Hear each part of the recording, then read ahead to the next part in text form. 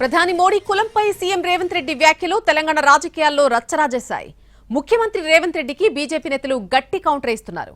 కులగండ survey విఫలమవడంతో BC రిజర్వేషన్ల అంశాన్ని పక్కదారి పట్టించేందుకు అలాంటి వ్యాఖ్యలు చేస్తున్నారని ఫైర్ అవుతున్నారు బీజేపీ నేతలు. ప్రధాని మోడీపై బీసీ కాదు, ఆయన లీగల్లీ కన్వర్టెడ్ బీసీ అని అన్నారు సీఎం రేవంత్ రెడ్డి.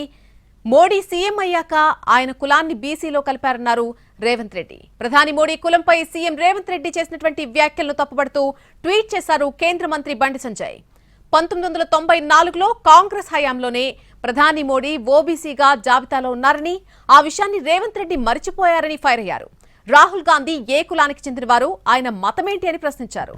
రాహుల్ గాంధీ తాత ఫిరోజ్ జహంగీర్ గాంధీ అని, హిందూ సాంప్రదాయం ప్రకారం కులం తండ్రి ద్వారా వస్తుందని గుర్తులేదా అంటూ నిలదీశారు. ముస్లింలకు రిజర్వేషన్ ఉండదని బీజేపీ తేల్చి చెప్పిందన్నారు బండి సంజయ్. ఆ ప్రయత్నం ఎవ్వరు చేసినా అడ్డుకుంటామని చెప్పారు.